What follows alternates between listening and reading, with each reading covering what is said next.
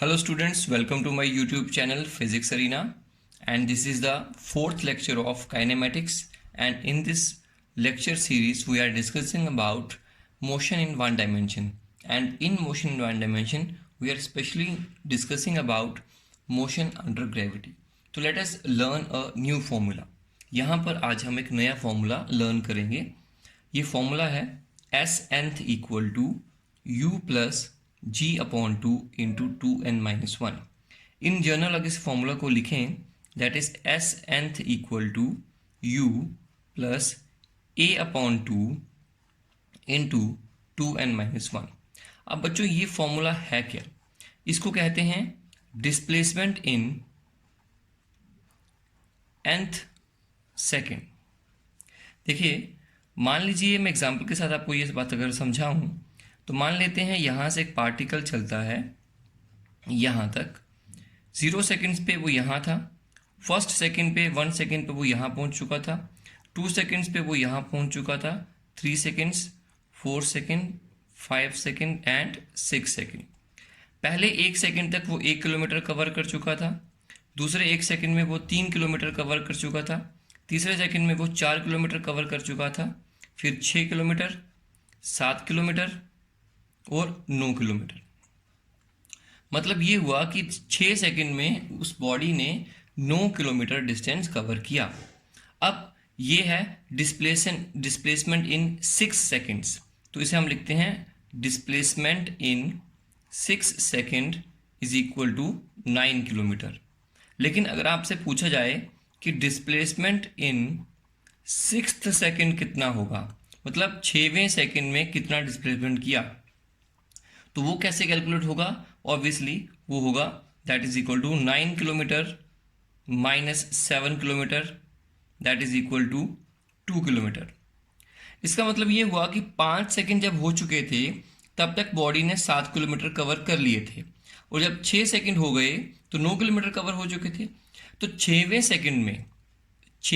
Second में body ने कितना कवर किया? 2 किलोमीटर किया.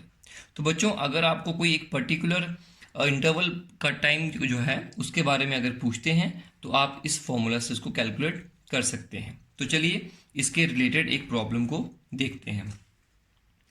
अ stone falls from a cliff and travels 24.5 metre in the last second before it reaches the ground at the foot of the cliff. Find the height of the cliff. तो मान लेते हैं हमारे पास एक Cliff है. Cliff माने तो एक पहाड़ है, छोटा सा माउंटेन है.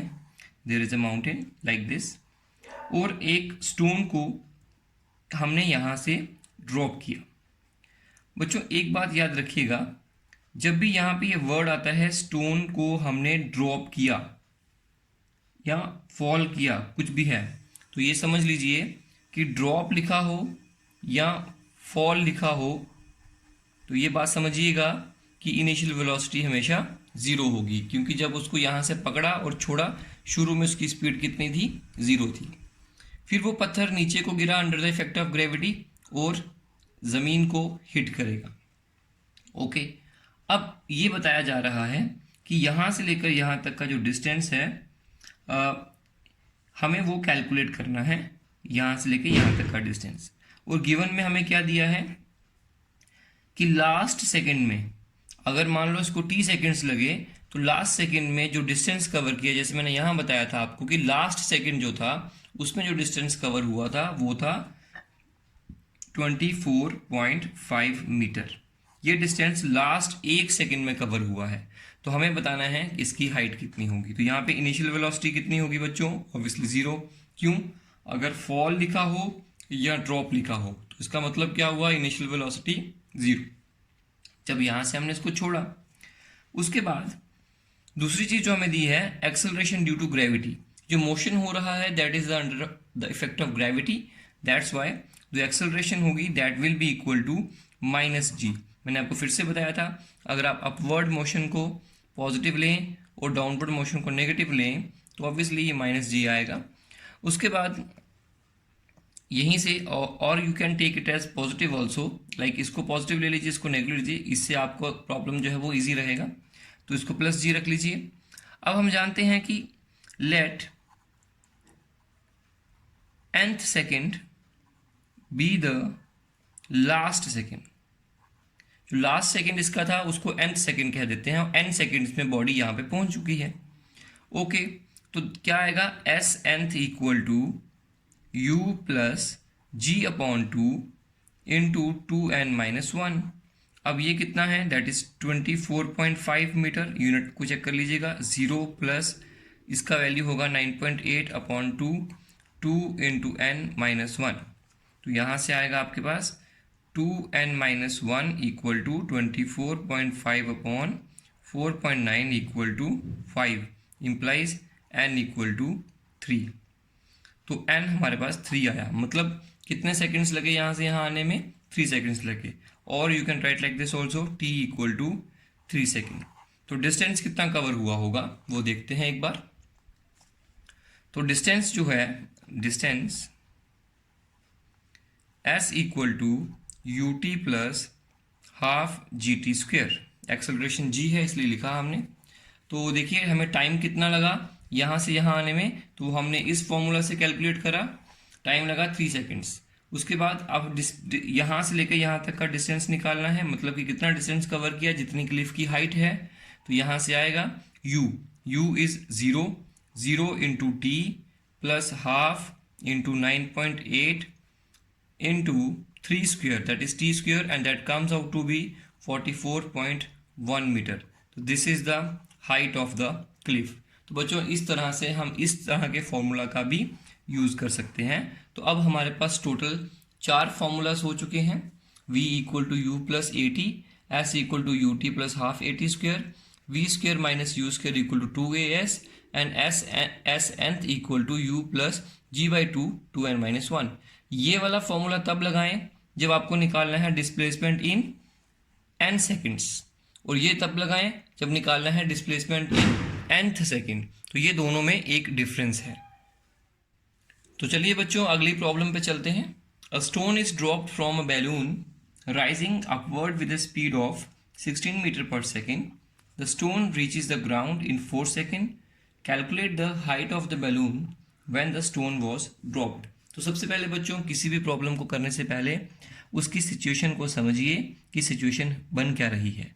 तो ये अर्थ का सरफेस मैं यहाँ बनाता हूँ, and there is a big balloon like hot air balloon, and person is standing in that balloon like this. This balloon is going upward with a speed of 16 meter per second. आप ऐसा करें, आप ऊपर की direction को positive ले लीजिए और नीचे की डायरेक्शन को नेगेटिव ले लीजिए, और आप यहाँ से एक स्टोन को नीचे की तरफ ड्रॉप करते हैं। मैंने पहले कहा था जब ड्रॉप कर रहे हैं तो उसको हम बिल्कुल भी वेलोसिटी नहीं दे रहे, लेकिन इस बार सिचुएशन क्या है कि स्टोन ऑलरेडी ऊपर को जा रहा है।